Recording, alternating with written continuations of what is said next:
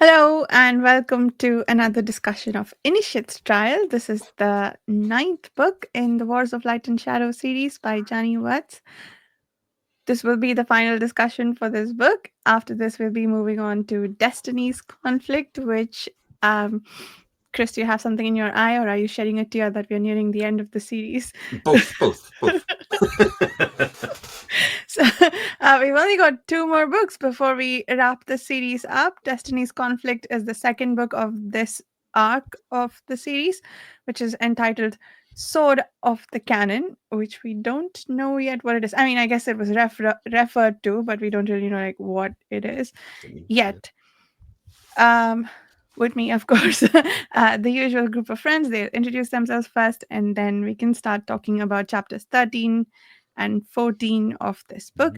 And the reading schedule for Destiny's Conflict, Chris has posted it on the Page Chewing forum, which is where we do a lot of the planning for this series and other reading groups that we have going.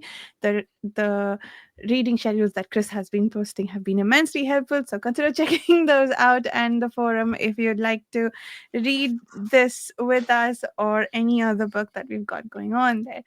Chris, could you start us off with introductions? Oh yes, my name's Chris from Chronicle of Chris YouTube channel, and also Speculations podcast, and general other read-alongs on the Page Chewing forums that you can find out there. Jared. Yes, I am Jared from the Fantasy Thinker YouTube channel, and also on Speculations, and a reader of Chris's posted schedules. Yes. Very nice. Hi, I'm Chibi Po, a lurker on Page Chewing. I don't read schedules because schedules are for the weak. True. And also, That's why time we is a read them social and construct. Sorry, go ahead. Or shit. I didn't have anything else to say. Okay, cool. Except the good point that the final book is available for pre-order in mass market paperback now. The Song of the Mysteries. That's an excellent point. Yes. I might have to look for local shop to order it, because when I looked for it on Amazon didn't have a listing for it. Yeah. They just had the hardcover and whatnot. So, but my local bookstore did have a listing for it. So. Interesting. I feel like that happened with the hardcover release too. Like there were some websites that didn't have them on for a while, but they became available. So if you have specific places you shop from, keep an eye out. I'm sure it'll show up soon. But I will support local indie bookstores. That too. I was going to say, I will point out though, like the worst thing about this entire book and the reading experience was the font size. I anticipate that Songs of the Mysteries will be exactly the same font size. So if you like a larger font size, order the hardcover. Yeah. And I think those are still available, unlike the other books. Hardcover is absolutely gorgeous too. So it's definitely worth it. And an eminently readable font size. Yes, as Chris says, unfortunately, this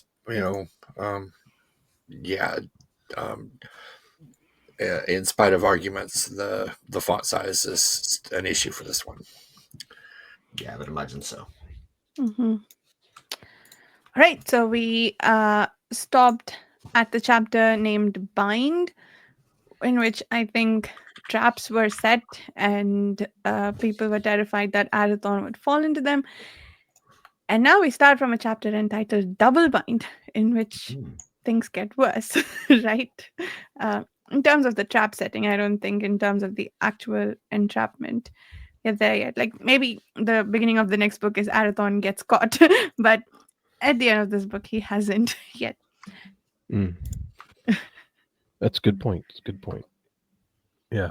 Right now he's hiding, at the beginning of chapter 13, he's hiding amongst the troops as a healer.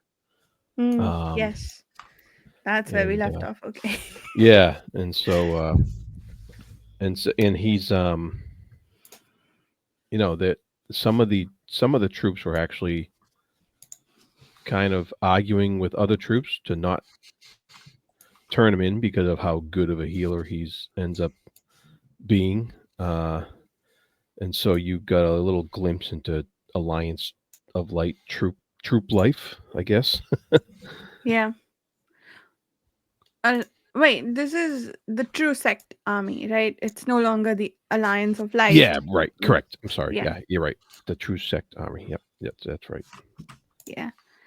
But And he's versed in hygiene too. yes, that too. He can clean stuff, he can heal stuff, and he doesn't need supplies. He can forage from the neighborhood to find uh, herbs that can heal. So Yeah, and of course, any herb witch can be put on trial at any time with these guys. So Mhm. that was how he was kind of giving himself away. But fortunately, you had some people just telling those other ones to take a hike. But didn't so last long. they were afraid of him for being a stranger, but as Arathon does, he wins people over with his skill or kindness or whatever, and this time was no less. Until oh, I'm ready for Moriel slash Celidi to take a hike, fall off a cliff, onto another cliff, fall off that one, onto another one, and then crash and burn. I'm ready for that. I I think you've got a bit of a weight coming for that, but yes, I think we all are. I think that's sort of a common feeling. Yeah. yeah. So anyway, she sends a thing to the hatchet to help find Yes. Arathon, which uses Ilera's uh, crystal signature, right? Or am I thinking of a later chapter? It's anyway that draws him out, Um, or it's intended to draw him out. He gets that crystal now. did the hatchet get the crystal? Yeah, Oh, the I missed it. Koreani enchantress gives him.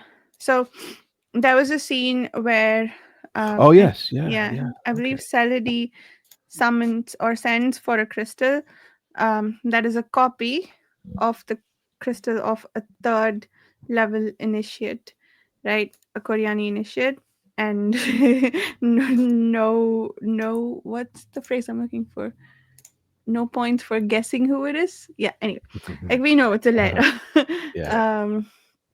Ilera's crystal.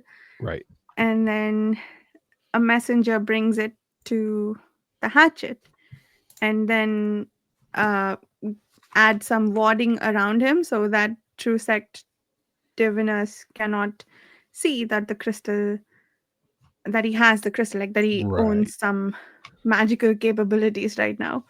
Yes. Yeah. Yeah. Yeah, And that's right. Yeah. Yeah. The crystal's tuned and rather in more. Yeah. Okay. mhm.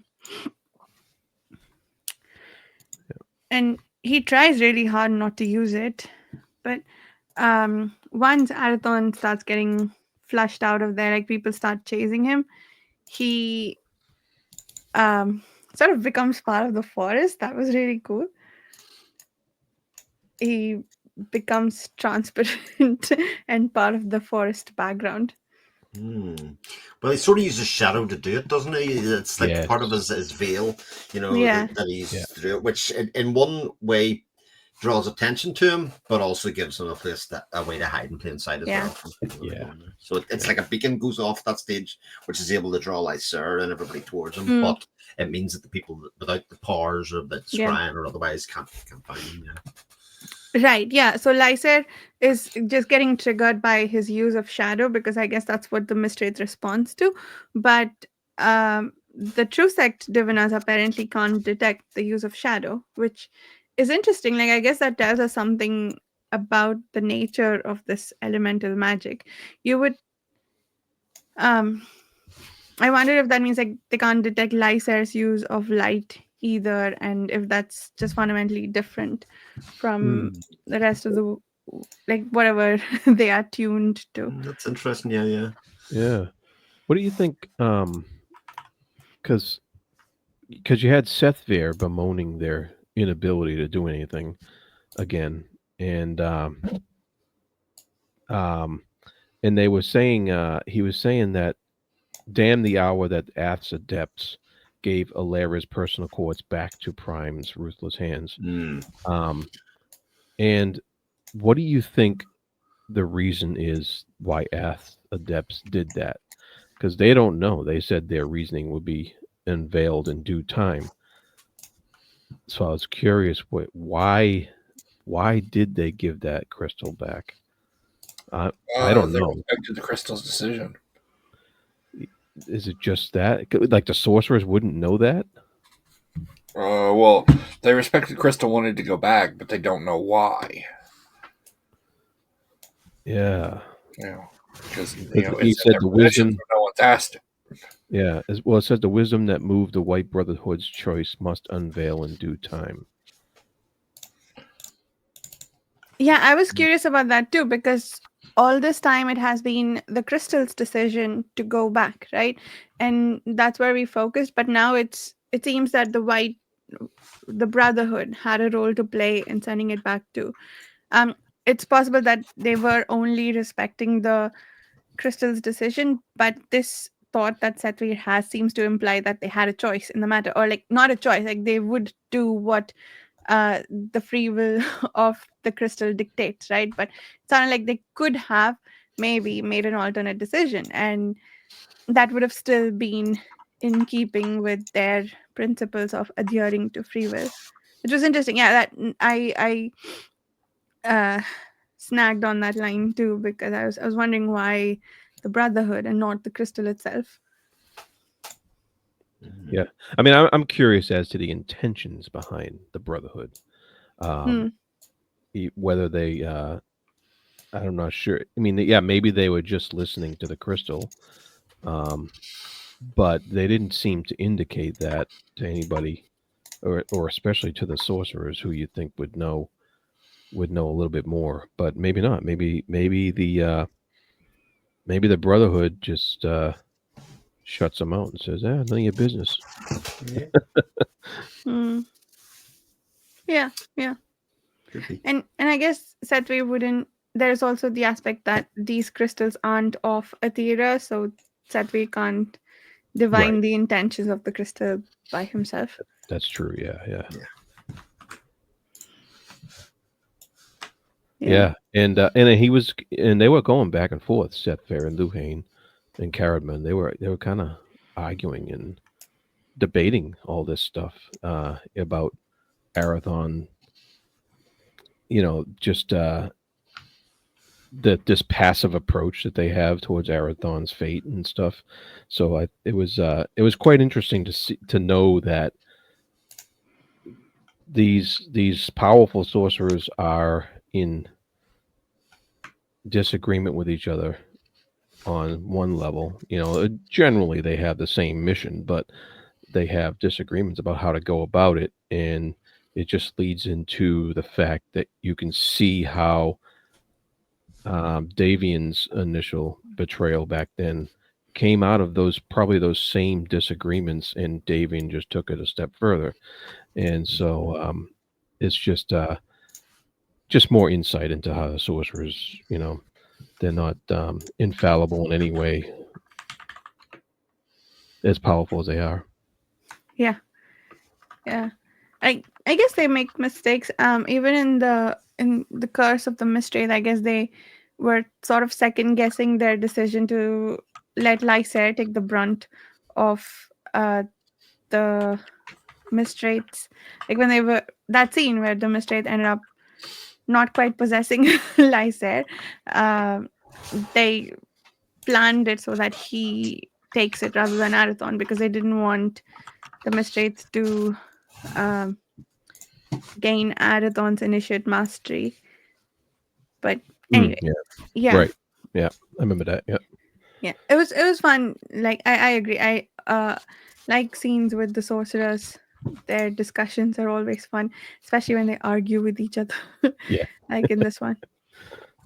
So is this where Satvir sends Luhane off on a mission to deal with the dragon?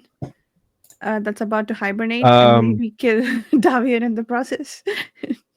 Not yet, I don't think. Okay. That does happen. Happens later in the end of that Yeah, chapter, later I on. believe. Yeah. Okay. Yeah. To make the Yeah, trade for the sacrifice. Yeah, but this is, but then, Arathon escapes, the Hatcher pursues. He uses Shadow to hide himself and stuff like that. And of course, using Shadow has its own consequences later on. Yeah. I think the next section is when the three boys and Tarans and Dakar are all together, isn't that? Well, I think the next one is when Daliana tries and Oh fails. yes, oh no, that's right. Tries and fails to seduce Lysaea. Wait, before that, did we talk about the horse and how the dragon now made it immortal and now it runs faster than the wind and they can't catch it, and it's Was that in this section? I think so, yeah. It's after the Satvir scene. Well, in the news items of the previous chapter, the horse was made immortal by the dragon. Oh, okay. But now he's around in the area that Arathon is, and I guess they're finding companionship in each other, which will come to play later on. Yep. Cool. Now we can talk about the thing. Sorcerer's life was dreamed. The horse's life was dreamed back to life by by dragon. That's cool. Yeah. So Daliana, you're Evanston there, Chris. Yep, indeed. Another hero. I have to say, like, we get what she's trying to do in this section, but this was like extremely uncomfortable because again, it's that it kind of shines that mirror up against the Mistreat's intent and how much Lysair has no control still at this stage, and very much he's at the whims. And the bit that makes it really difficult to read is that Dalian actually realizes that as well. Even everything that's going on, and that whole, it's a very powerful section of the book, I think, for that, because it sort of talks about the compulsion and the drive of everything that he's come along to do after that. I find this a fascinating scene. Yep, I agree with you, and I think it was all the more terrifying or like tension filled because it has echoes to that scene where Arathon and Kaol got into that argument because he was possessed, like he was the curse awakened him, right? And in that same book, I think Arathon wakes up in the middle of the night and doesn't even realize that he has, right? He basically sleepwalks because of proximity to Lysair.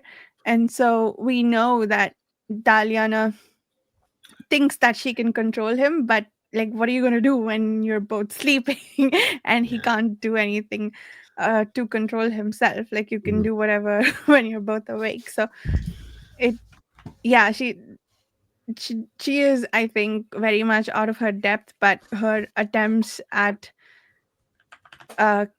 gaining control of the situation are very admirable. I like this. Yeah, and it got a little scary when the rage overtook him. Yeah, and you see his thoughts when he has all these spirits and hurts inflicted by the woman in his life, all who that it italicizes, all of whom abandoned him, in his mind, and he's taken that rage out, and but he found the pain of resistance finally. Yeah. But she wouldn't leave, and I think Yeah. what he blew up the place or something like that. Yeah, there was one bit that made me uncomfortable a little bit. Like, why was she like tearing her clothes with her knife? Well, again, well, how else are you going to seduce somebody? You give them career version, like Jesus. Maybe some modern techniques, but Uh, that don't involve a knife. Yeah. just give me a knife. I've got this sorted. But again, it sort of calls back to earlier events in the series. Obviously, we've talked about or Lysair's talked about his marriage to Elaine and stuff. There is that scene that's somewhat similar with Elaine that isn't so much controlled by the Mystery, I don't think, but it's all. But I wonder if those two scenes side by side would make a real contrast, and how they were written. That'd be something I'd be keen to go back and investigate if I could stomach reading those two scenes again, because both are very uncomfortable and very difficult to read. Those sexual assault scenes that Janny's put in there, but it's happened multiple times within the series now, and it speaks an awful lot to his character and his, at that time, what seemed to be lack of remorse towards his feelings for Lane. And obviously, we're going to see about his effect that his relationship with Daliana has, that she's basically chased after him after that. And he was obviously self-hating in the moment as the curse was getting invoked on him at the time. And actually, what kind of long-term effects that has on him, I think that sets the scene very clearly for Destiny's Conflict for me in a lot of stages for that relationship, especially because, I do have this opinion, the Evans are actually the heroes of the entire Wars of Light and Shadow t-shirts being printed.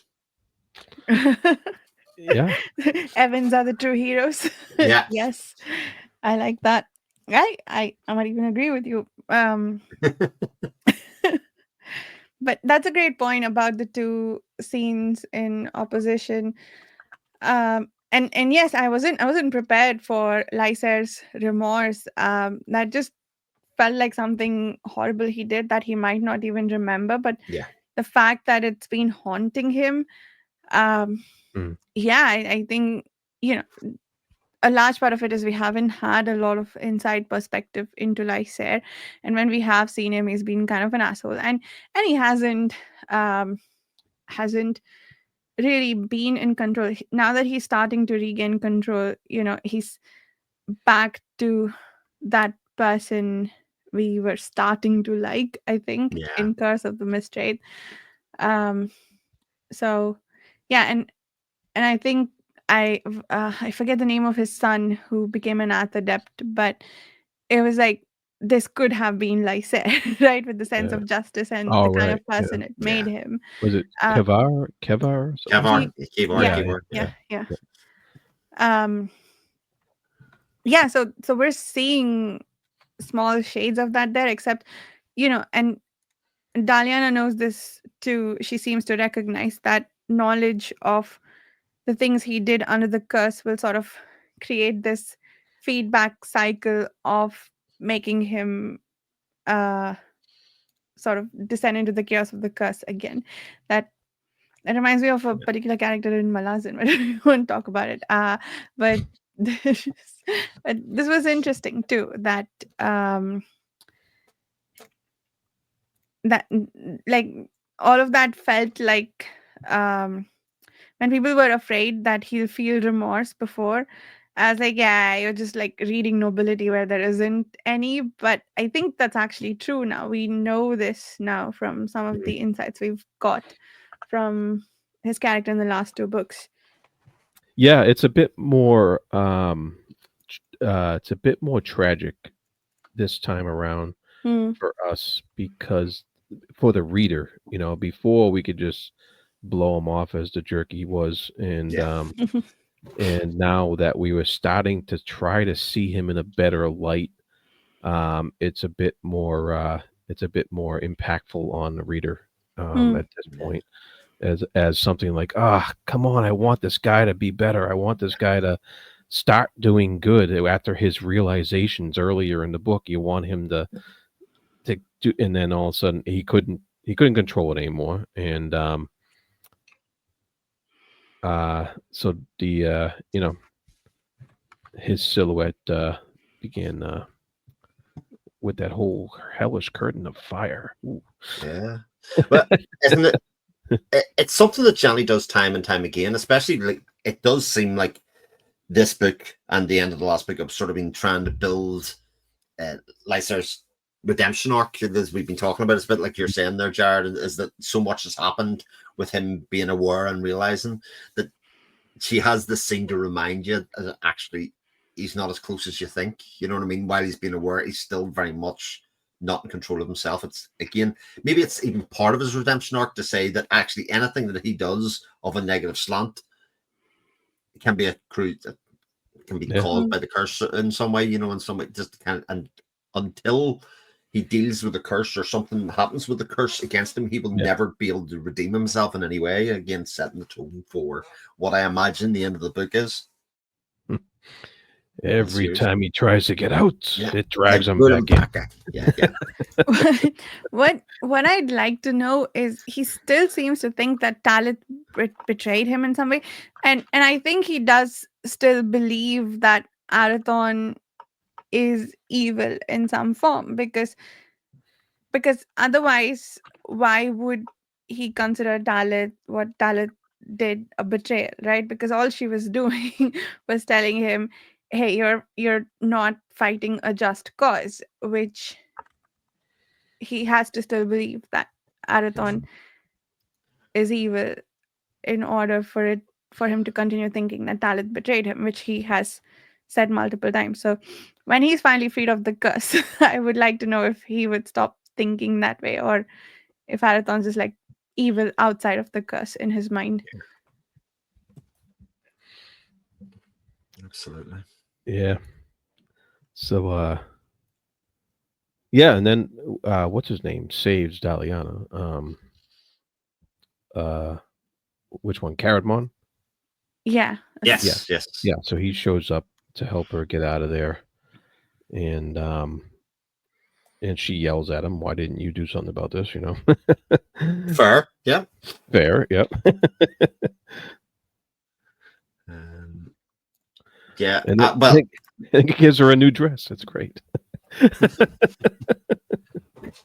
Well, he has that thing where he basically says to Daliana, and this is why they're heroes, right? He says, "Well, you needed to find this out for yourself. You tried. This is what's going on, whatever."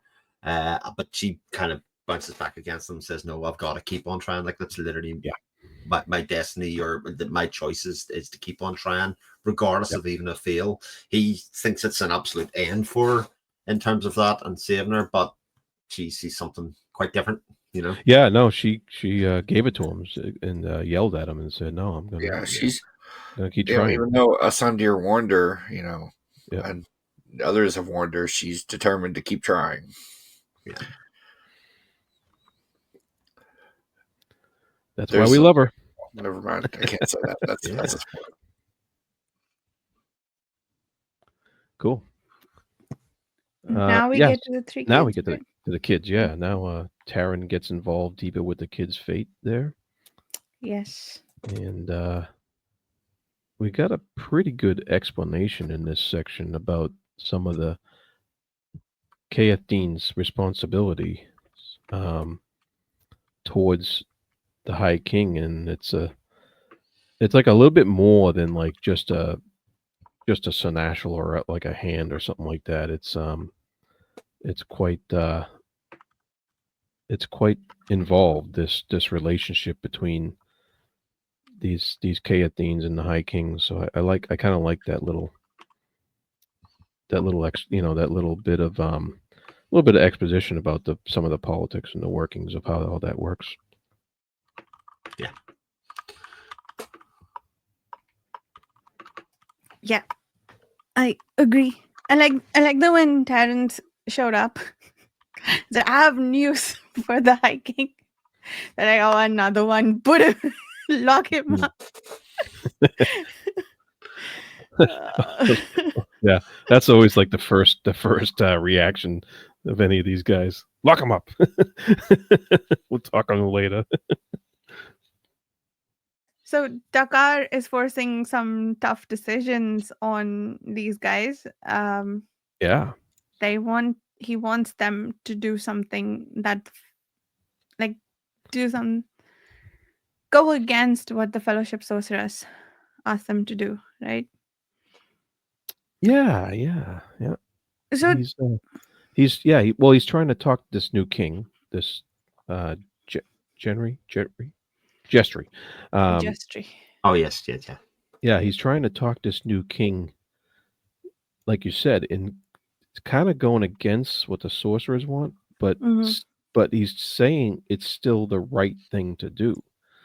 Uh, which is interesting in and of itself. How Dakar is presenting this argument. Yeah. They what is what I'm looking for? The So he has had two true sight visions, like not true sight, that's the wrong word, but the fainting visions where they absolutely come to pass no matter what you do. And uh they were about the deaths of the kings of Havish. The first one was about the old king, and this one is now about the young king apparently. So he's like, you're gonna die. So here's how. You're gonna go stand there and defend the perimeter, right? It, Yeah, I think so. Yeah, he didn't tell them that he's gonna die though, I think, or maybe he did, but he didn't tell the others. No, he told the others, he didn't tell the king himself. That's why they locked him up.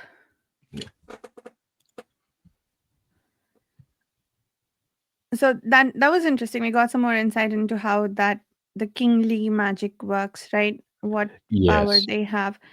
that And was pretty awesome, actually. yeah, Yeah. the crown crystals were they called, that were referenced a few times. We learn the power now. They're not just rings, they have some power that can be channeled or used. Yeah, that was pretty cool. Like this, the rubies he had, they were rubies, I Mm, think, and yeah. yeah, he was able to. They're not of this world, Mm, and they're meant to protect the king. And he was able to stop Lyseia's light with those gems. I'm not sure. I mean, the description was pretty cool Yeah. of when that happened. Um, like it says the electrical flare. Um, let's see, the power released through the pinpoint focus was that High King Gestry, attuned by his sovereign ritual to the land, was able to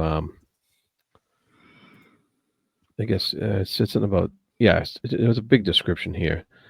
Um, there was some tinted rainbow veils netted over Lyseia's elemental assault. The raw light knifed the delicate stay of restraint and unraveled to a concussive bang that shocked the ground like the grind of an avalanche. The Yeah. light died. mm, So you have to kind of imagine it happening, um, but it's just like that use of it makes like why the sorcerers were so intent on this high king thing from the very beginning, Mhm. way back in Curse. Like I was kind of wondering the whole time, why is it so important that these sorcerers invest these kings, and why is it so Succession relevant? is really important, and it's Yeah, almost yeah, yeah. ordained, and they get that sorted out before anything else. Like there's big Right. events happening. We've been talking about this throughout the series, whereby big events. Why are they doing this rather than going and dealing with this disaster that's happening at the side? Yeah, Exactly, yeah. And so now we're seeing the fruits of that. We're seeing, oh, this is why they do it, because these kings actually have these things for the sake of power, for defense, for to use in these kind of situations. And I find that I was like, oh wow, there's finally like a little bit of payoff there for wondering what some of these sorcerers are up to some of the times.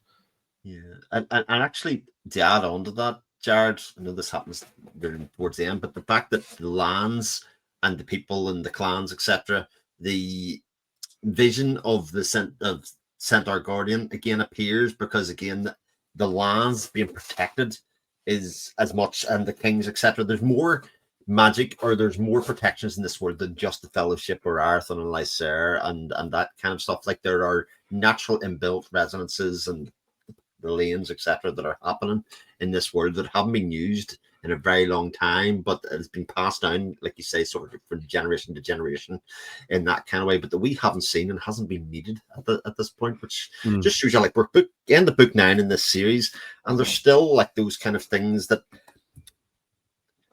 you definitely couldn't call them MacGuffin because it's sort of been hinted at the whole way along, a bit like you said. Do you know what I mean? It's been present there the whole time, without us necessarily having the understanding of why we needed to see it happen, regardless of when it happened. And in this case, it obviously, was very both brilliant and devastating in its own way because of the devastation that happened towards the end of it and loss of life and all of that kind of stuff.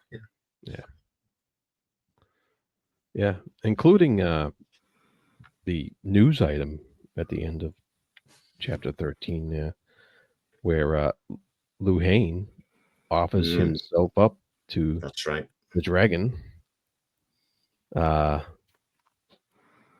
take the place of Davian.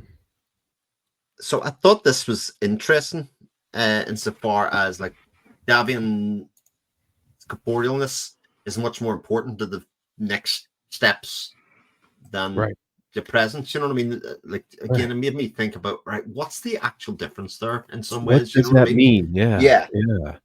It's a good question. I don't know. I mean, I'm like I'm wondering. Like that's a question that I don't know. Chibi can probably maybe give us a hint of whether it's going to be answered or not. But if that's a question that I want to ask, but I'm also afraid to ask because we're going to get the typical. See, the answer lies ahead. He put it right read and find out. What? Tell you what's going to happen? It's been good for 9 books,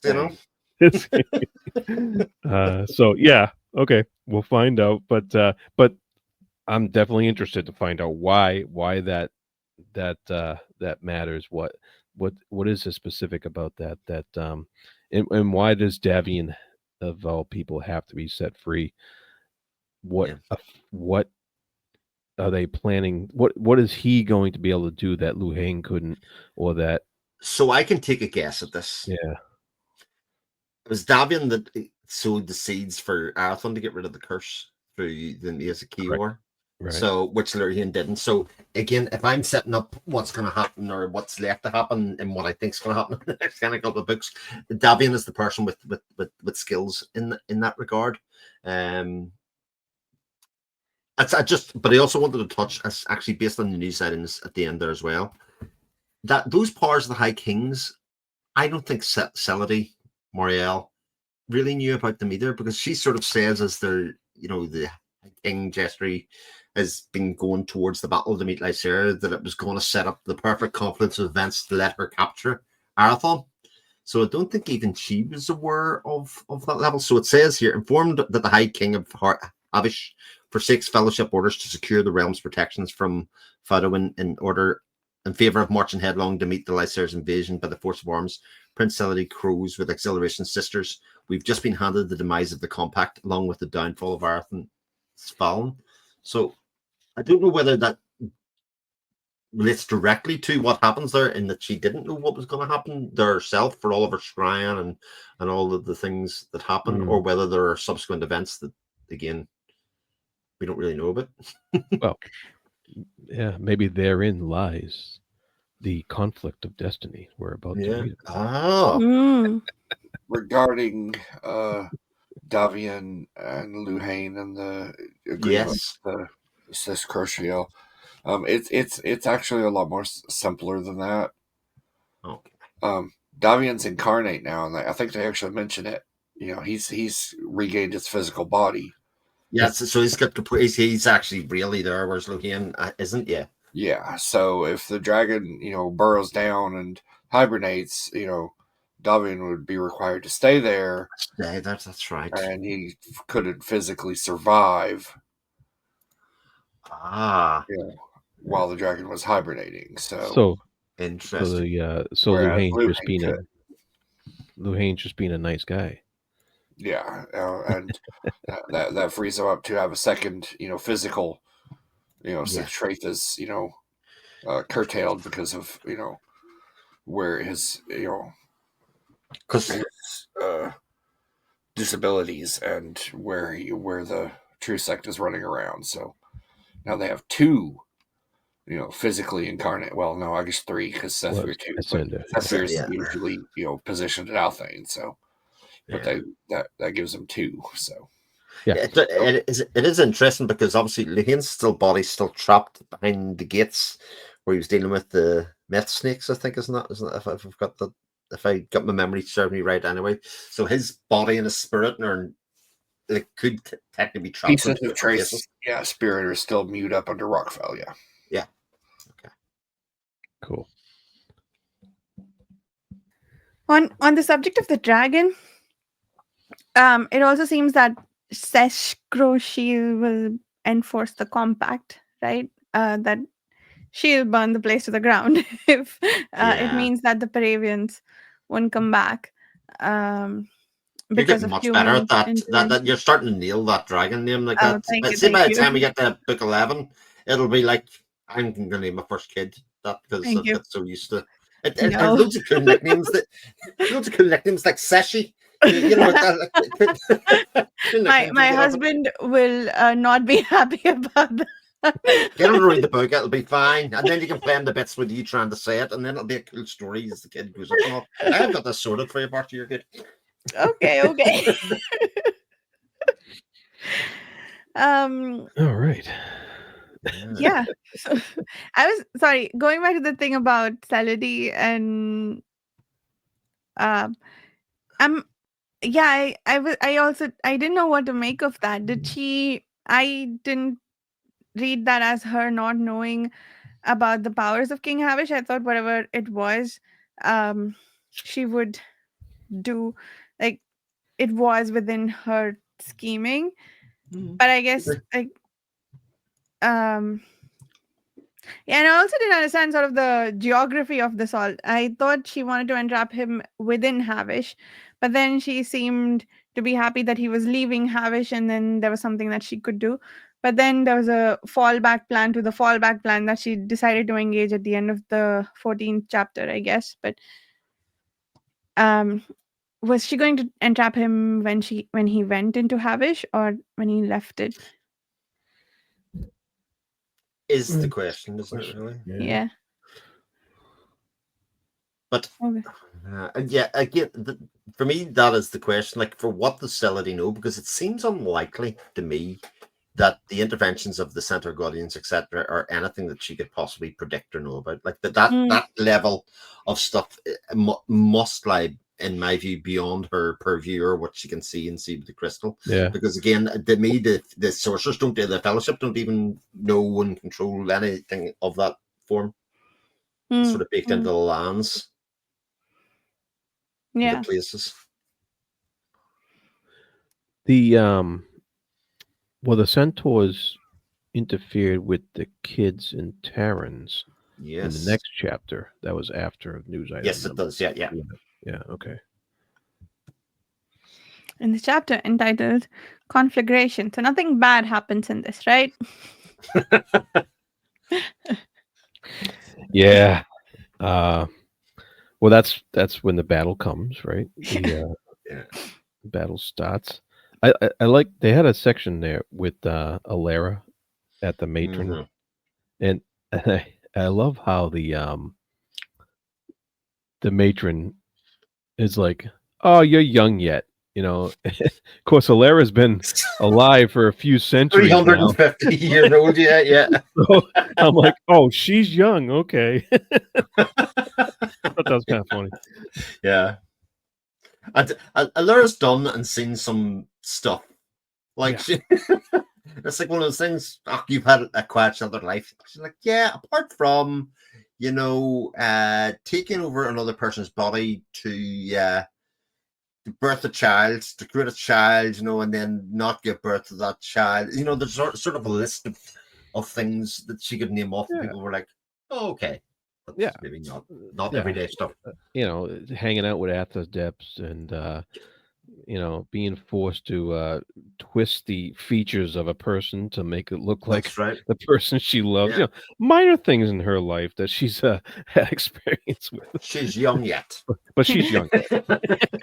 Currently lying in hiding from the matriarch who wants to kill her and her loved Mm. one. This- So, Wow. Arathon and Ilera feel the misuse of the crystal that Celidi has done. I and then Arathon uses this to create a kinship with the horse. Oh, that's later. That's how this thing ends, right? Yeah. Yeah. Yeah, that was later on. Yeah. Yeah. It's the very end. It's a sort God. of joke. Everything happened in this book to get Arathon a sword and a horse. Sword and a horse. Yes. Yes, that's It's a that's that's like the ultimate quest. That's Yeah. quest ends right there. The sword and the horse. Yeah.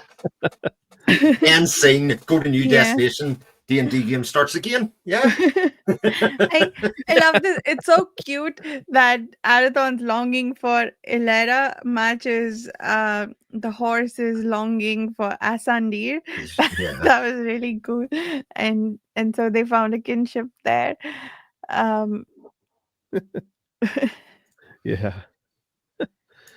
Yeah, and then so yeah, then we get so the centaurs, the kids encounter the centaur, right, during that crescendo mm, section there.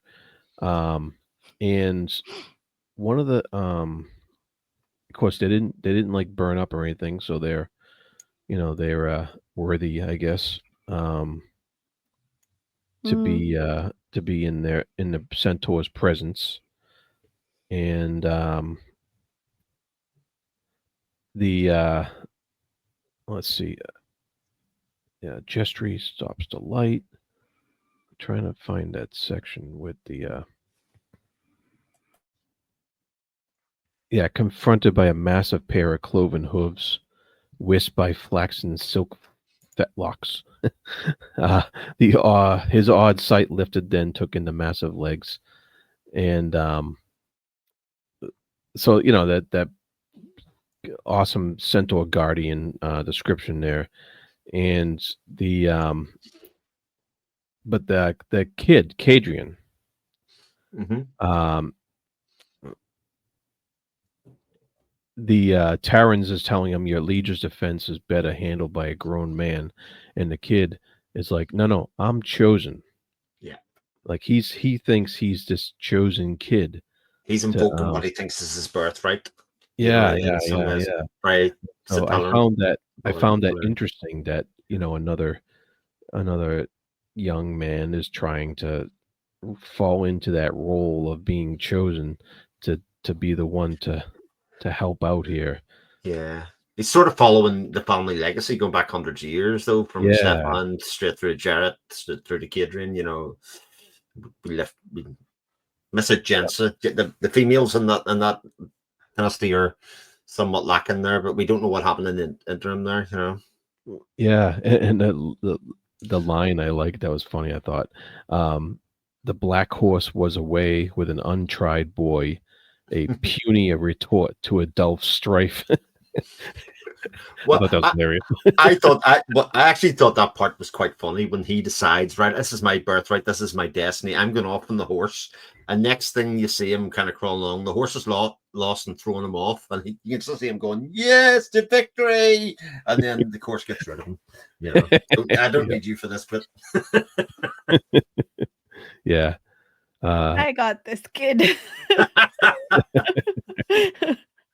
You're too heavy.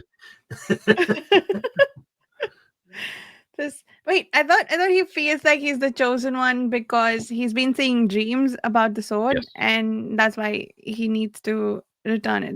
That's right. He's got to be the one. Yep. Okay. Yep. Yeah. I thought he was a little full of himself, and then I realized he actually has a reason for this. He does it. It's not just that he wants to be important or something. Yeah. Yeah. And then R.I.P. King Jestry. Ooh. Yeah, gone. I didn't notice that the next chapter is called Diminuendo, following the crescendo, which Yeah. makes sense. Yeah. Oh, yeah. Another good man falls in the defense of Arathon, the good guy. Yes, yet another. Oh man.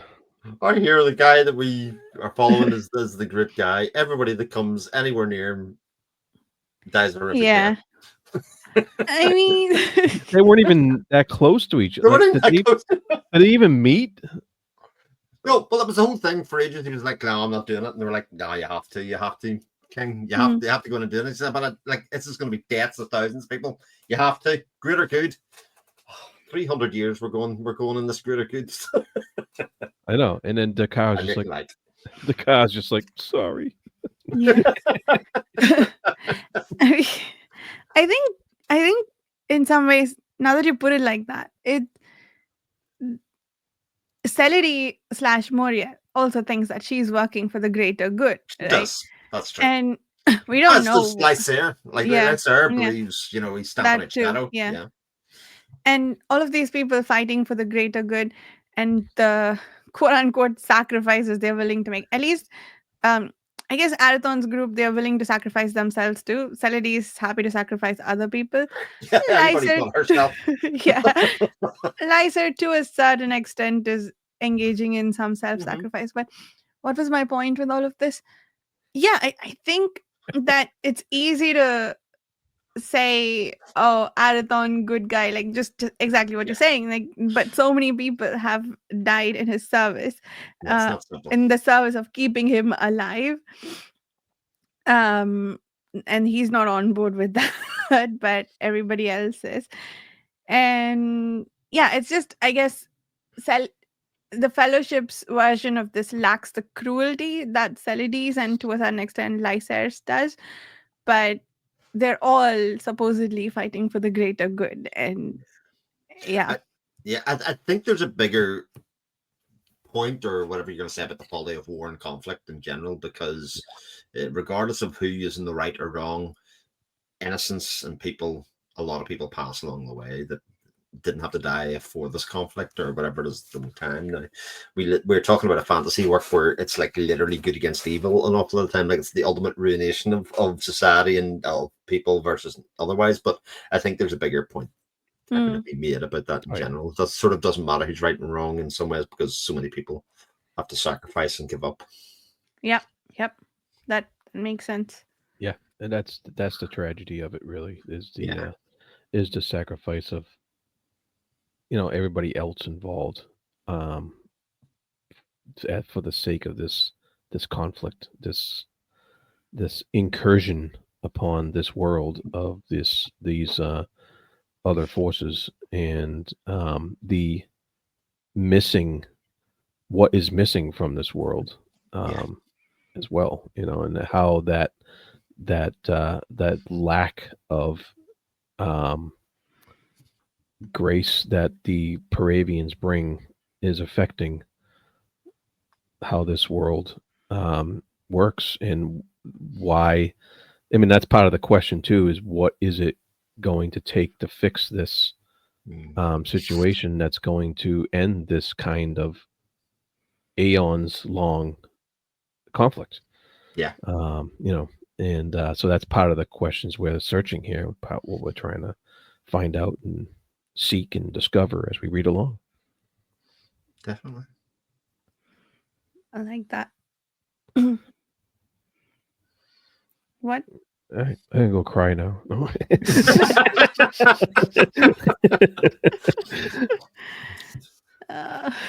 Yeah. Jestry's dead. Yeah.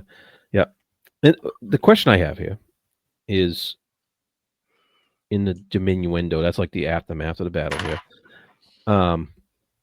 How does Daliana get through to tie Lysair up on the back of a horse or whatever and take him away? She has this knife, right, and her clothes, so she just cuts them. But how she find, like, because he collapsed on the battlefield or whatever. That'll do anything, apparently. Where you go ahead. No, she doesn't have the beacon in the same way that, or maybe she just follows the light and the boom. Maybe it's as simple as that. Sure, but wouldn't there be other soldiers around, other survivors? That are Well, I could be misremembering this now. She's not casting the lights at this stage in the same way Selfin is. She's not. So she doesn't have that tie that she could sense where he is and all of that kind of stuff like that. Oh, I think that bit just came from the bond between Arathon and Jared. Not, it's. I don't think it's a cat Oh, that the blood thing. Yeah, oath that they took. yeah, Yeah. yeah. Oh, okay. She says it kind of here. She says she swiped dedicates trappings and rode as a squire behind the lancers. Ah, right. Okay. So she, all right. So she kind of disguised herself as smart. Was Evans smart? Yep. Those Evans, those Evans Yeah. have got what it takes to Mm-hmm. pull this stuff off. But I just I'm just like, wouldn't somebody have known that the Liege of Light here is kind of getting snuck off, bound, I don't think. wrist and ankles lashed tight and strap leather cut. Yeah. Oh yeah. What? Yeah, it's interesting that he fainted and then that was it. No, but he's also sort of the hated avatar of the light, right? Like he's reviled because he is what's the word, apostate. He has Right. disowned the religion, right, that is founded around him. But what was it that destroyed everything that is a fetch, that could be used as a fetch? Dakar did that. Oh, nice. He cast this really cool spell Nice. that destroyed the fetch, and I forget how it went, but yeah, he did that. He cast a spell that destroyed that fetch, and It is he said it wasn't going to happen again on his watch. nice. Yes. It is so wonderful to see Dakar being competent. I like it. Yeah, and being able to make decisions for himself rather than for the previous 8 books. It's been like he was told to do it, he was compelled to do it because he was in the apprentice state for Aslandir. Cool. It's like his apprenticeship literally has come up and he can make his own decisions for both right and wrong. Like I've no doubt that he'll make mistakes and all of that kind of stuff, but he knows in himself what he should be doing. Which is very cool. Very cool. Yeah. I like too how it was a callback to Peril's Gate when the centaur rolled into Lysair's camp, because Dakar did the same thing the centaur did when he saw Jared's braid. He's like, yeah, no, that's an offense, and called the firelight, and it's like, I call you to cleanse this, and I was like, that's really cool. Yeah, but and it's also and like you said, Chris, he's kind of taking charge of some stuff, and he's kind of making decisions on his own, and you wonder if that at the beginning of the book, that final cutting ties of being an apprentice to the sorcerers was the impetus to allow him to actually blossom and be in charge of his own destiny and make these kind of decisions.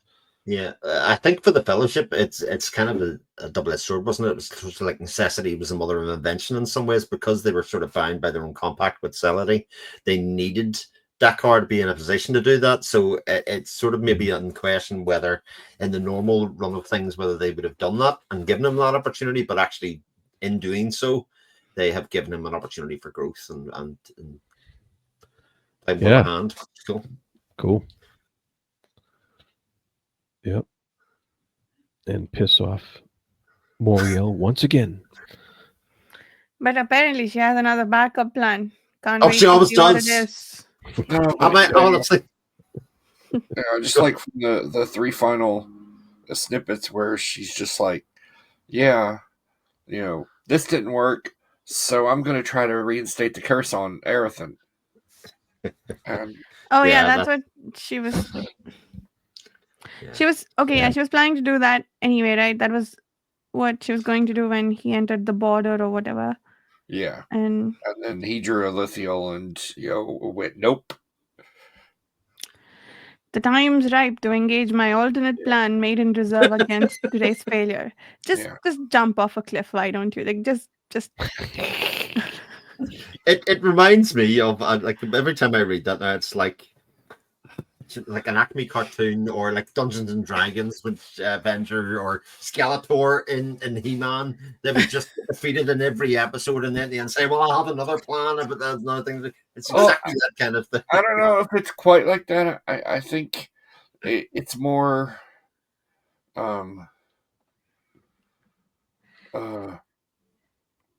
it gets regarded as a trope, but has anybody seen Gargoyles? A long time ago. Well, the villain in Gargoyles, David Xanatos, gets regarded a little bit inflatedly, but it's like his plans, might get foiled, but he always gets some kind of advantage out of it. Right. And so everybody refers to it as a Xanatos gambit. So it's like, he loses, but he always finds a way to, so that's kind of her things. Like she gets setbacks, but she's always got something else going on. Something else. Yeah. Yeah, I mean, and she always has the luxury of time to replan again. That's right. It's not like she was ousted from her position or was thrown out in the street or what have you. So everything is, she still has all her acolytes and all her power and everything's still in place. The plans that get thwarted for her are those that she sets up. They're plans that don't impact her position. They're plans that would want to give her power over the current state of affairs, but not disrupt her current state of affairs. So you can just, pick things up and try again. Yeah. It's funny how in most of those cases, though, that I've highlighted, and I'm not sure about the Gargoyles one or otherwise, most people say those things in order to keep power, to keep faith with the people around them, and says, "Oh, I know I tried this, but actually, I have another plan. I've always had another plan." Whereas Celadie doesn't have that problem at all because she is in complete control and literally sacrificing other people for their own aims. Yeah. If you say something, Vasha, she's going to put you on the altar and sacrifice you. So you better not say anything. Yeah. altar and sacrifice you.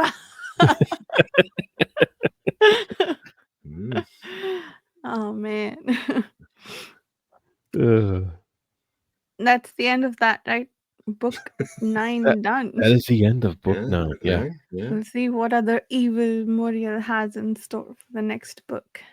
Well, I'm hoping in the next book. I don't know about you guys, but we have a means now of seeing if Davian's going to be doing some more stuff, because we always like it when he's more involved in the world. So that'll be cool if that comes about. Mm-hmm. And I don't know what else you guys looking forward to in the next book, if you can conjecture. Solaris. Yes. I thought he was coming back at the end of Storm Fortress because of all the hinting around his clothes. Our missing sorcerer. Yes. I would like him back, please. Thank you very much. And I'd like for... Oh, I want to see Ilera use her knife. You and me both. Okay. You see Daliani use her knife? Ilera's got a knife. I mean, I think you can all predict where this is going, right? We use this Arathon. I mean, this is this one. That's for Arathon only. We'll get a comparison of what a magic knife does compared to That's true. Just an ordinary knife. if Deliana had the magic knife, we wouldn't have had any of the problems Yeah. and events at the end of this book. Curse You know would what have I mean? been Fine. taken care of. Yeah. I actually did like the fact that Laura was sort of thinking, God, do you use the knife here? You know, because she has Mhm. this open-ended kind of prophecy to fulfill. And Yeah. it's like, do you use it here? I could stab somebody with it. I could do, well, like, what the hell's a knife for? You know, a knife is not a knife, is what I think we, the readers, will think about, you know, and so far as like, yeah, Much like Alethea, the sword that is not a sword. not a sword. Yeah, Yes. exactly right. Exactly Right. the same kind of idea and feeling. So yeah, Yeah. lots of possibilities. Mm-hmm. Yep. Exciting stuff for Mm. the next book. We'll start discussions for that on May 18th. That's We right. will start posting those the week following that. So if you're listening along with us, yeah, that's when we're starting the book. Consider joining us in these discussions. And yeah, to check out these and other read alongs, check out the Patreon forum. Thank you so much for listening, and we'll see you soon. Bye.